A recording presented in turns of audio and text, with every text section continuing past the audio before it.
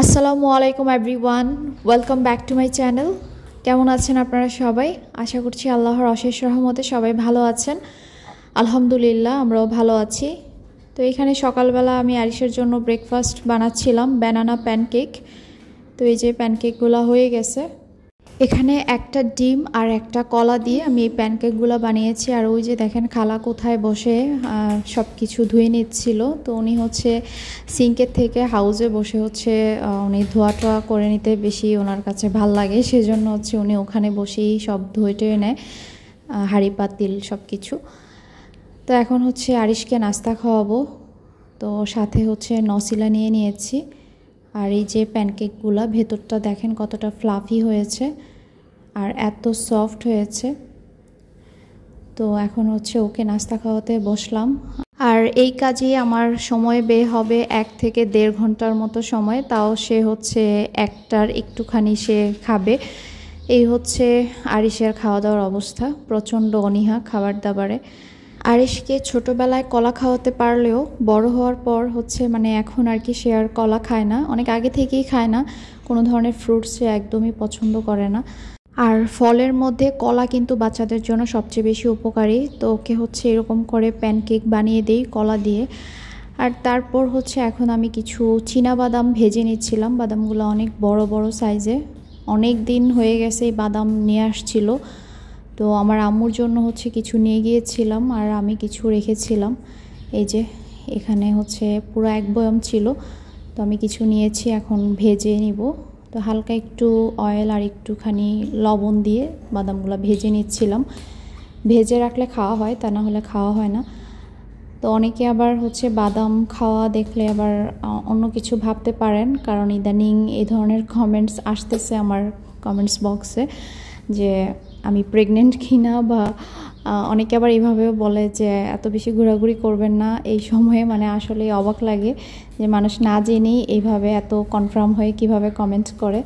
তো যাদের মনে আমাকে নিয়ে এরকম প্রশ্ন আছে তাদেরকে আমি ভিডিওর মাধ্যমেই বলে দিচ্ছি, ওরকম কোনো ব্যাপার নাই। আর এরকম কোনো ব্যাপার হলে তো অবশ্যই আপনাদের সাথে শেয়ার করা হবে। আসলে মানুষ কেন যে এরকম লিখে আমি বুঝতে পারতেছি না। এখন হয়তো বা একটু ওয়েট গেইন করেছি, দেখতে একটু হালকা মোটা লাগে আমাকে, যদিও ওরকম মোটা আমি হই নাই, বাট হ্যাঁ একটু ওয়েট গেইন করছি, এটা ইচ্ছে। আর এতেই মানুষ আমাকে ভিডিওতে দেখলেই হচ্ছে অন্য কিছু ভেবে ফেলতেছে। সো ওইরকম কোনো কিছুই ব্যাপার নাই। যাই হোক, তারপর হচ্ছে আমি রান্না করতে চলে আসছি, সন্ধ্যায় রান্নাও করব। তারপর হচ্ছে নাস্তার জন্য নুডলস রান্না করে নিচ্ছি এখানে। তো এই যে এখানে চিকেন ডিম ভেজে নিচ্ছি, নুডলসটা সেদ্ধ করে রেখেছি। আর শুরুতেই আমি ভেন্ডি ভাজতেছিলাম, দেখেছেন। তো ভেন্ডি দিয়ে হচ্ছে আজকে আমি ভেন্ডি মশলা করব। সব সময় ভাজি ভর্তা খেতে ভালো লাগে না, ভেন্ডিটাকে একটু ডিফারেন্টভাবে রান্না করলে ভালোই লাগে। আর ভেন্ডি মশলা কিন্তু আমার কুকিং চ্যানেলে আমি অনেক বছর আগে রেসিপিটা শেয়ার করেছিলাম, তো আজকেও একটু দেখাবো। আর রান্নাটা আমি অনেক দিন পরেই করতেছি, প্রায় অনেক দিন হয়ে গেছে ভেন্ডি মশলা খাওয়া হয় না। তো আজকে ভাবলাম যে একটু ভেন্ডিগুলো খুব একদম কুচি নরম ছিল, মশলা করে ফেলি। আর রান্না করব পাবদা মাছ আলু দিয়ে। তো এখানে আমার নুডলস রান্না হয়ে গেছে, আমি একটু পরিমাণে বেশি করে রান্না করে নিয়েছি। তার কারণ হচ্ছে পরদিন সকালবেলার নাস্তাতেও যেন নুডলসটা হয়ে যায়, সেজন্য নাস্তার আর কোনো ঝামেলা করতে চাচ্ছি না আর কি। সন্ধ্যায় নাস্তা খাবো, তারপর হচ্ছে অনেকটাই থাকবে, তো সেটা দিয়ে আমরা হচ্ছে নাস্তা খেয়ে নিব আমি আর আরিশের বাবা সকালবেলা। আর আরিশকে আজকে রান্নার নুডলসটার পরদিন সকালে দিব না।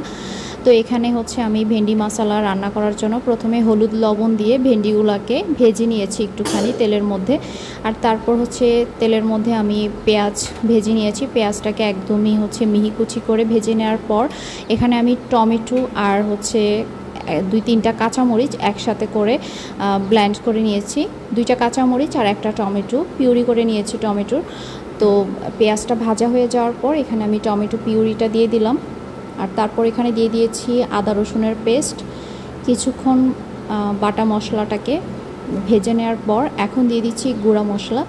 এখানে দিয়ে দিয়েছি হলুদ মরিচ ধনিয়া জিরা গুঁড়া লবণ। আর এখানে আমি দিব হচ্ছে রাঁধুনি গরুর মাংসের মশলা, যেটা দিলে ভেন্ডি মশলার টেস্টটা অসাধারণ আসে, একদম মনে হয় যে কোনো মাংসের গ্রেভির মতো হয় আর কি, গ্রেভির টেস্টটা। তো এখানে আমি এই যে গরুর মাংসের মশলা দিয়ে দিলাম।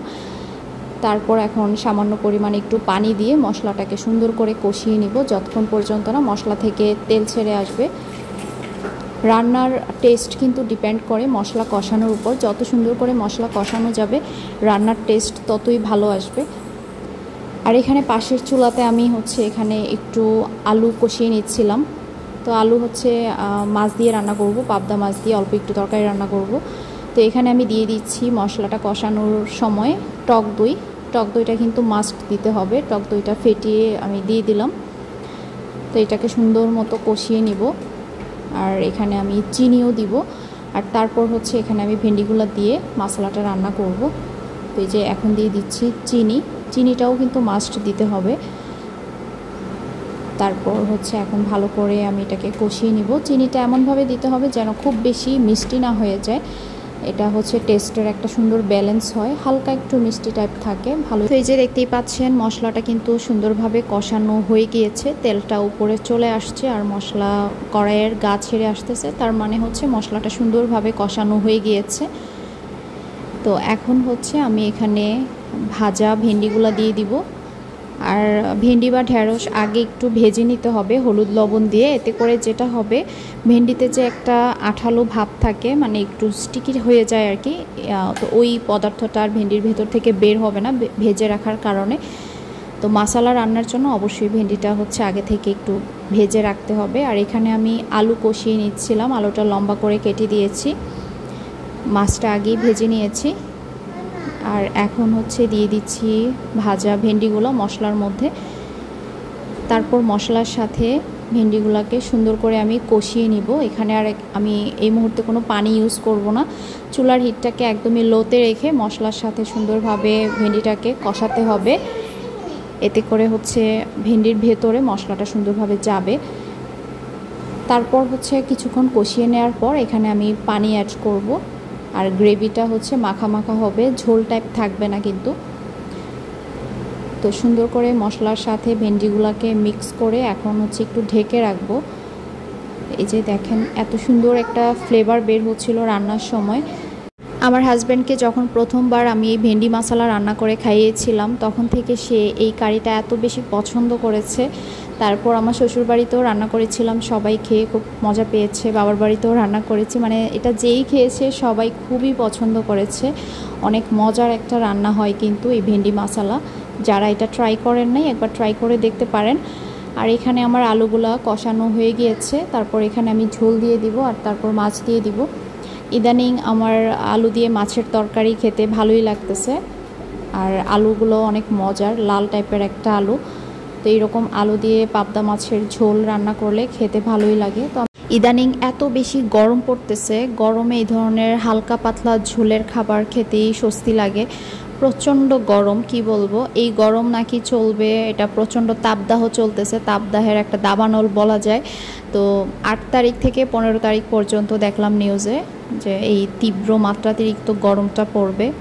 অসহনীয় একটা গরম, এসি থেকে বের হলেই মনে হয় যে মারা যাচ্ছি, এরকম একটা অবস্থা। যদিও আমাদের বাসায় প্রচণ্ড বাতাস আসে, কিন্তু সেই বাতাসটাও অনেক গরম। আর চুলার পাশে তো যাওয়াই যায় না। আমি রান্না করতে নিলে মানে মনে হয় যে পুরো অসুস্থ হয়ে যাই ঘামতে ঘামতে, সহ্য না করার মতো একটা গরম। আর বাংলাদেশের সব জায়গাতেই কিন্তু এইরকম তাপদাহ চলতেছে। তো সবাই সাবধানে থাকবেন, কারণ প্রচণ্ড গরমে কিন্তু মানুষ অসুস্থ হয়ে যাচ্ছে, আবার হিট স্ট্রোকও হয়। বেশি বেশি পানি খাবেন, তারপর লেবুর শরবত, ফলের জুস এগুলা খাবেন বেশি বেশি করে। প্রচণ্ড পানি খেতে হবে যে পরিমাণে গরম। তো এই যে আমার এখানে দেখতেই পাচ্ছেন ভেন্ডিগুলোকে সুন্দর করে আমি কষিয়ে নিয়েছি, এর মধ্যে আমি পানিও দিয়েছি। তো এখন দেখতেই পাচ্ছেন ভেন্ডিটা একদম সফট হয়ে গিয়েছে, কষানোর মধ্যেই একদম সফট হয়ে গিয়েছে। এই ভেন্ডি মশলাটা গরম ভাতের সাথে খেতে যেমন মজা, পোলাওয়ের সাথে খেতেও তেমনি অনেক মজা লাগবে। আর এই যে আমার রান্না কমপ্লিট, মজাদার ভেন্ডি মশলা। প্রচণ্ড এই গরমের মধ্যে পুরা রেসিপি শ্যুট করাও একটা বিরাট ঝামেলার একটা বিষয়, মানে অনেক কষ্টের একটা ব্যাপার। পারি না, তাড়াতাড়ি করে রান্নাঘর থেকে বের হয়ে যায়, আর ভিডিও করলে তো দেরি হয় রান্না। তো এই ছিল আজকে আমার রান্না। সো সবাই ভালো থাকবেন, সুস্থ থাকবেন, দোয়া করবেন আমাদের জন্য। আল্লাহ হাফেজ।